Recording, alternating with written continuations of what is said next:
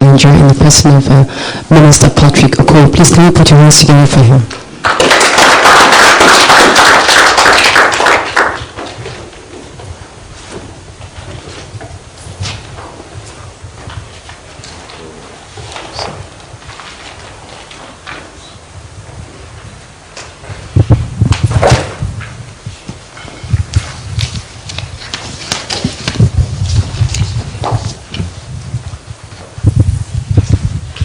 Distinguished ladies and gentlemen, good afternoon. I think we are now in the afternoon. We were supposed to start in the morning, what is we're in the afternoon now, so you are welcome. As you already heard, my name is Patrick Okoye, and I'm here to represent the Ambassador of the Federal Republic of Nigeria. Those of you who know the Ambassador and me know that the Ambassador is much taller than myself. He has a longer feet than myself. So his shoes and my shoe size are not the same. But I hope I'll be able to represent him effectively. By the way, he sent his apologies for not being able to be here. He had wanted to be here really, but other things came up that required his attention. So he's asked me to come and represent him. So he sent his apologies. And what we are going to discuss today is particularly not new to most of us, because we do hear it every day, but there's nothing, we have to continue to hear it so that it will ginger us to do something. That is why we are here, because it's just like the more you hear something, the more it moves you to do something. So without wasting much time, as we have already gone too far into the day, it is my pleasure to be in your midst today to deliberate on an issue which I believe is there. I'm reading Ambassador's speech. So I believe it is there to all of us. But before I delve into the discussion, I wish to express my gratitude and congratulate the organizers of this forum for all the problems they went through to ensure its success. And I believe that at the end of the day's proceedings, they would go home satisfied, fulfilled that their dreams have come true. For all of us who are assembled here, this event would hopefully get us more informed and prepared to contribute our individual quota towards seeing an end to this malady and making the world a better place to live in. A few weeks ago, one of the headline news on the CNN network was 300 drowned off the coast of Libya.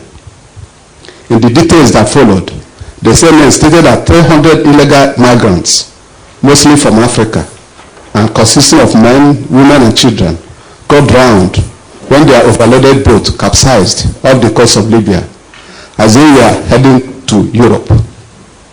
That of course was not the first time many African young men and women met their untimely demise, either in the desert or on the sea, as they scrambled to Europe in their quest for often elusive greener pastures.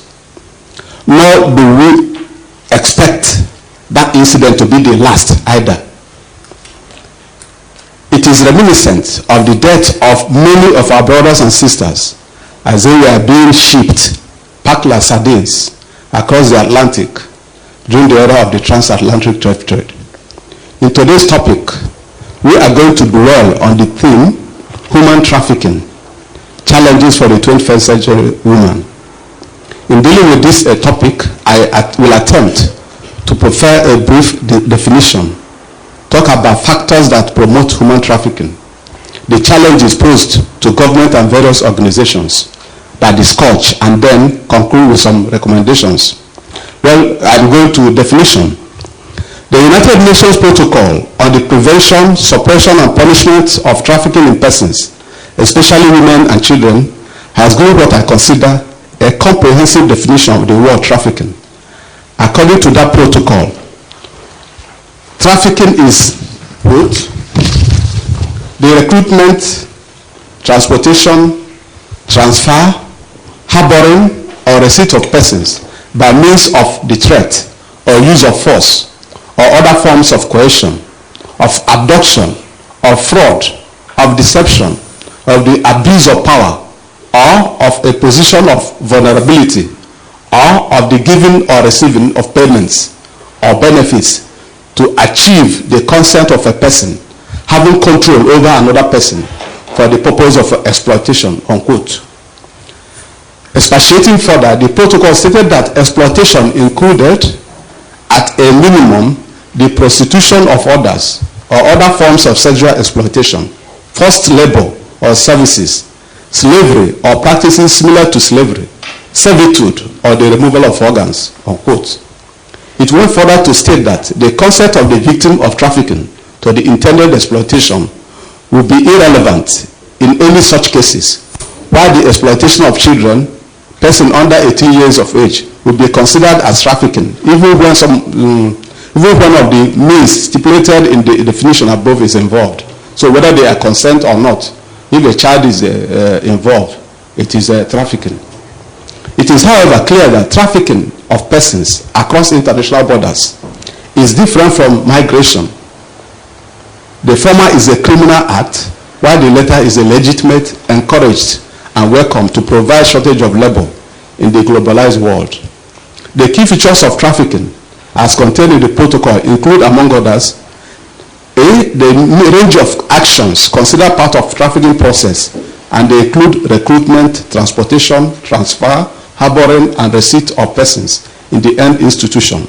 B, a wide range of means employed in trafficking, from blatant force to subtle inducement that capitalize on vulnerability to achieve consent. C, where any of the means outlined in the definition are used, consent to the intended exploitation becomes irrelevant. D, acknowledges that men are also trafficked, but places emphasis on trafficking in men, in women, and children. E, recognizes a range of purposes for trafficking in addition to sexual exploitation. F, characterizes trafficking as a crime against humanity, marked by intent to deceive and exploit. And finally, calls for international cooperation to prevent and combat trafficking. Human trafficking, which former U.S. President George W. Bush described as a crime and offense against human dignity, is regrettably a widespread form of modern-day slavery, with an estimated 600,000 to 800,000 human beings being trafficked across international borders annually. Incidentally, more than 80% of the victims are said to be women and girls, with 70% of them forced into sexual servitude.